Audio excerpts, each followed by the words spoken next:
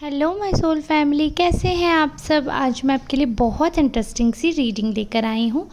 आज मैं आपको बताने वाली हूँ कि आपके आसपास के लोग हैं जो वो आपके बारे में क्या सोच रहे हैं। तो काफ़ी इंटरेस्टिंग सी रीडिंग रहने वाली है एंड आई होप कि आपको अच्छा लगेगा सुनकर। आपको ये रीडिंग जो है आपसे काफ़ी हद तक रेजोनेट हो पाएगी।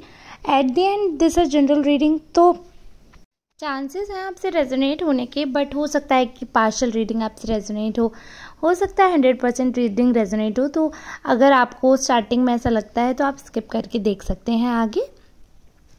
और अगर आपको पर्सनल रीडिंग की नीड है then you can contact on this number 8840298154। यहाँ पर आप कांटेक्ट करके चार्जेस पता कर सकते हैं, बहुत ही कम चार्जेस हैं। और अगर आपको डिवाइन गाइडेंस चाहिए, कोई भी क्वेश्चन है जहाँ पर आप फंस रहे हैं, जिस चीज़ का आपको आंसर चाहिए, गाइडेंस चाहिए, कुछ भी आपको प्रॉब्लम है और आप पूछना चाहते हैं, तो मैं टैरो की मदद से आपको बता सकती हूँ। और ये पर्सनल रीडिंग जो होती है वो पेड होती है, सो चार्जेस आप इस नंबर पे संपर्क करके पता कर सकते हैं। एक बार आपका चार्जेस सबमिट हो जाएंगे फिर मैं आपको प्रोवाइड करूँगी पर्सनल रीडिंग।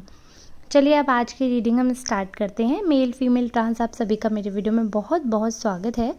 और आप सबकी एनर्जी जो मैंने पिक की है वो कमेंट्स के माध्यम से पिक की है। तो आप लोग मेक श्योर करिए कि चाहे नए लोग हैं चाहे पुराने लोग हैं, कीप ऑन कमेंटिंग। आप पर डे कमेंट करिए, वीडियो को लाइक करिए, ज़्यादा से ज़्यादा लाइक करिए ताकि दूसरों तक भी ये वीडियो जो है वो शेयर हो पाए। और if you can share through WhatsApp और इंस्टाग्राम और other apps that would be great help.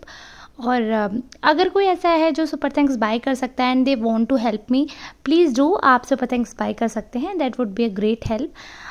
तो अब हम देखते हैं आपके सितारे क्या कह रहे हैं। तो आपके जो आसपास के लोगों की अगर मैं बात करूं तो जो एनर्जी आ रही है काफ़ी स्ट्रॉन्ग एनर्जी है। कोई ऐसा इंसान नहीं है, मैं ये नहीं बोलूँगी कि कोई बच्चा सा इंसान है। मे बी देखिए, एज इज़ जस्ट नंबर। मुझे लगता है कि हो सकता है अगर आपके आसपास कोई 20 साल का भी हो, बट यहाँ पर मुझे लग रहा है काफ़ी मेच्योर और कोई बड़ा इंसान है। तो देखिए ये सोल एज को भी रिप्रेजेंट कर सकता है। तो at the end this is general reading, तो मैं सारे एस्पेक्ट लेकर आपको बता रही हूँ, आप अपने हिसाब से क्लेम करिएगा। तो यहाँ पर जो पर्सन दिख रहा है वो काफ़ी मेच्योर दिख रहा है और ऐसा दिख रहा है कि हाँ उसकी सोल की एज है, दैट पर्सन इज एजड और मैच्योर हैं। और उसके बावजूद उनका अगर ये थॉट प्रोसेस है तो मुझे लगता है ये गलत है, क्योंकि काफ़ी ऑर्थोडॉक्स टाइप के हैं। और मुझे लगता है समय के साथ डेवलप होना बहुत ज़रूरी है, चाहे आप किसी भी एरा में पैदा हुए हों, चाहे आप किसी भी मतलब कितने भी अपडेटेड रहे हो अपने समय के हिसाब से, लेकिन एक समय आता है कि आप का जो अपडेशन है वो ख़त्म होने लगता है। हो सकता है एक टाइम पे नोकिया जो सबसे ज़्यादा अपडेटेड फ़ोन था और आज सबसे ज़्यादा लो अपडेशन में वो चला गया है, और चीज़ें हैं जो अपडेट हो गई हैं। तो वक्त के साथ अपडेट करना बहुत ज़रूरी है, बट इस इंसान ने अपनी पर्सनैलिटी को तो अपडेटेड रखने की कोशिश की है।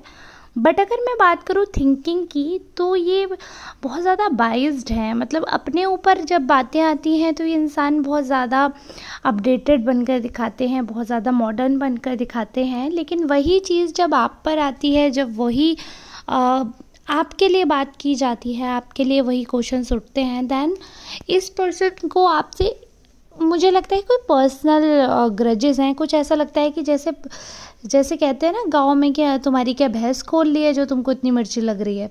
तो गाँव में क्या होता है, पजेशन होता है किसी एनिमल्स के थ्रू, क्योंकि वो उनके पेट एनिमल्स होते हैं और उनको प्यार होता है उनसे, और समवेयर कमाई का जरिया भी होते हैं। तो उस हिसाब का लग रहा है कि जैसे कि आपने इनकी कोई पजेशन वाली चीज़ ले ली, पजेसिव जिसके लिए ये हूँ, ऐसी कोई चीज़ आपने इनसे छीन ली है, ऐसा इनकी एनर्जी से मैं देख पा रही हूँ। अब हम देखते हैं कि ये अभी ये तो मैंने आपको बता दिया कि आपका एनिमी है, जैसे उसके क्या जो एट्रीब्यूट्स हैं, क्या उसके कैरेक्टरिस्टिक्स हैं, काफ़ी हद तक मैंने बताया। फिर आप देखिए अगर आपसे मैच हो रही है then you can watch on, आगे देख सकते हैं। अगर आपसे नहीं मैच हो रही तो आप यहाँ पे स्किप करके दूसरी वीडियो देख सकते हैं। तो अब यहाँ पर जो मुझे दिख रहा है कि आपके बारे में जो ये सोच रहे हैं ना,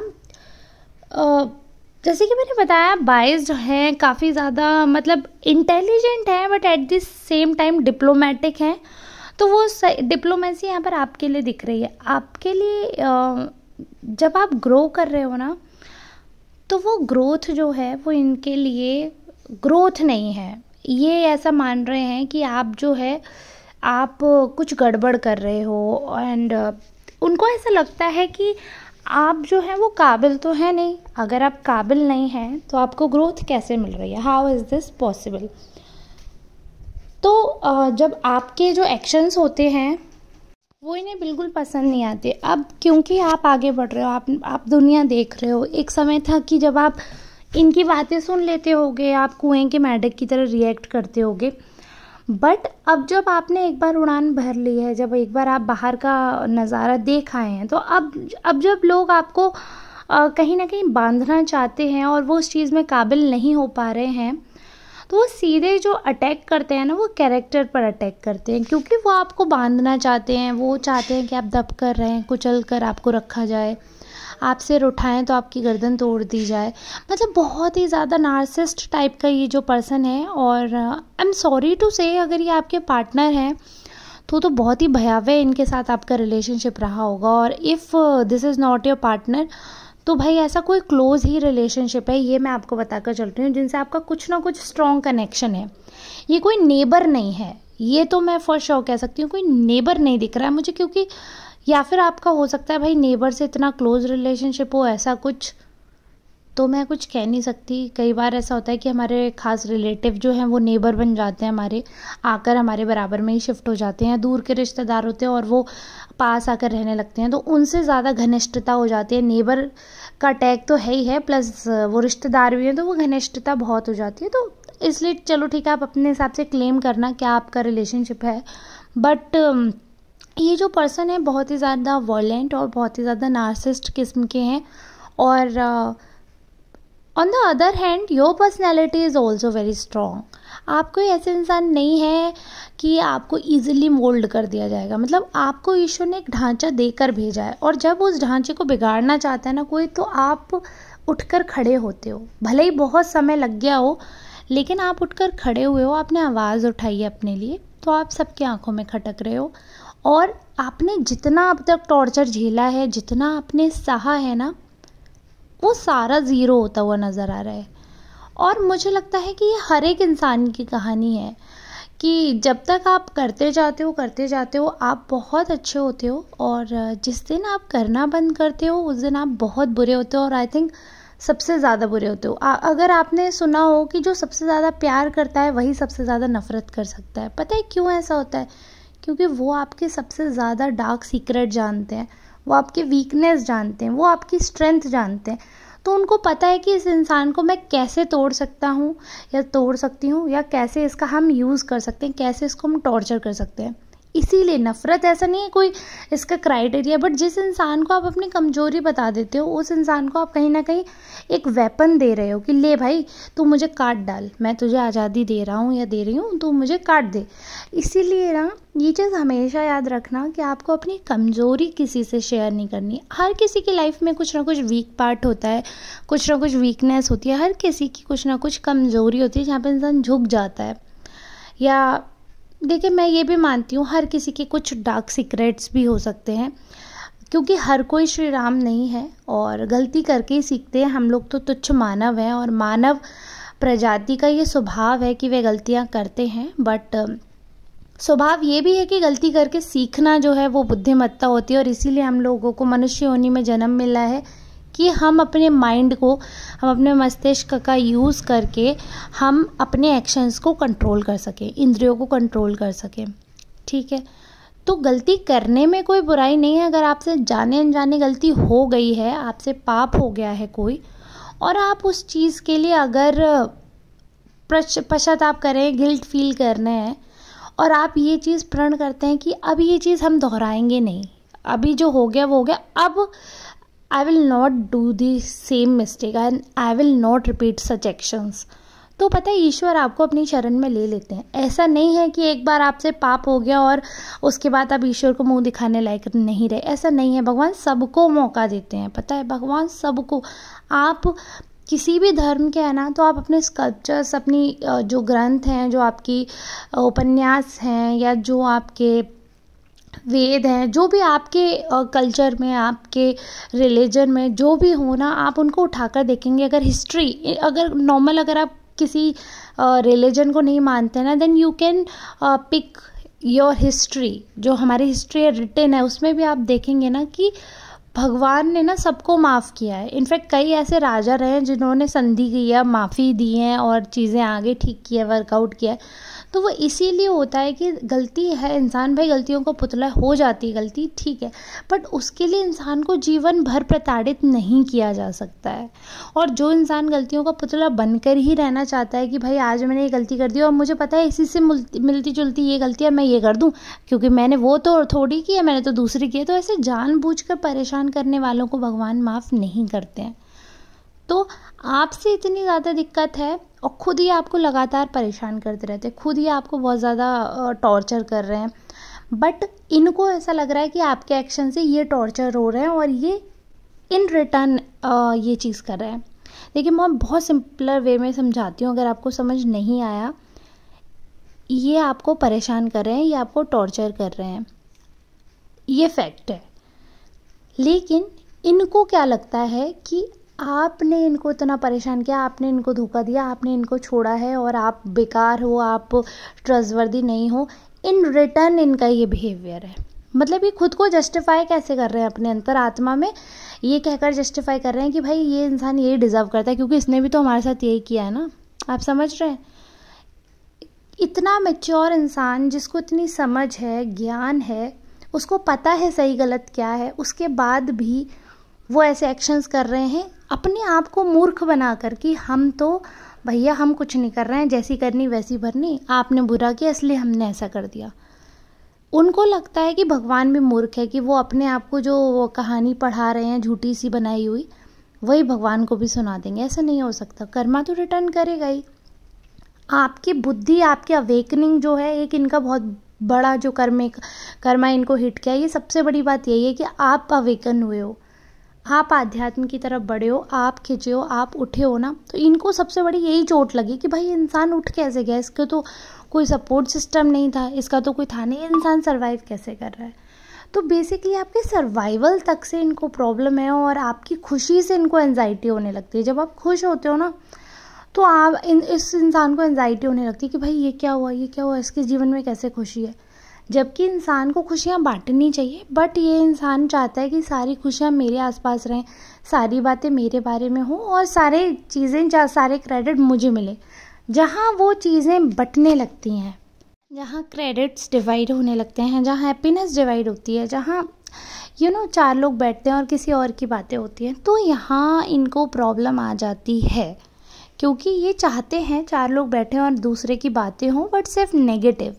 जहाँ पॉजिटिव बात होती है वहाँ कुछ ऐसी बात लाकर खड़ी कर देंगे कि सारे लोग जो हैं वो बुराइयाँ करने लग जाएं, अच्छाइयाँ भूल जाएं।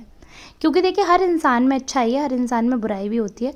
तो अगर चार लोग किसी की अच्छी बातें कर रहे हैं और उसी मोमेंट पे आप पुरानी कोई ऐसी गलत बात ला के खड़ी कर दो जो कि मिस्टेक हो अगर किसी की, और लोग उसी पे बात करते रहें, तो तुम्हारा तो मकसद पूरा हो गया भाई। तुम तो चाहते ही थे कि बुराई हो उस इंसान की। सो इस हिसाब से ये ना आपकी इमेज जो है वो ख़राब करते रहते हैं। बार बार पुरानी बातें, बार बार ऐसी चीज़ें लेकर आते हैं जो कि हर्टफुल हों, जो कि मतलब सर्वाइव करना मुश्किल हो जाए। और जब आप वहाँ से हट रहे हो, आप वहाँ से डिटैच हो रहे हो, तो इनको प्रॉब्लम है।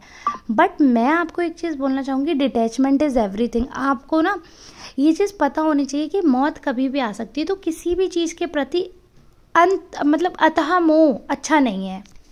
सबसे प्यार करो, सबसे खुशी से रहो, सबकी रेस्पेक्ट करो, लेकिन ये चीज़ हमेशा याद रखो कि this world is temporary. Last destination जो है हमारी प्रभु है और हमें मोक्ष प्राप्त करना है, और एटलीस्ट नर्क में तो नहीं जाना है। मैं देखिए सबकी गारंटी नहीं लेती हूँ कि भाई तुम सब ऐसे काम करो कि तुम्हें स्वर्ग मिले, कि तुम्हें प्रभु के शरण में जगह मिले।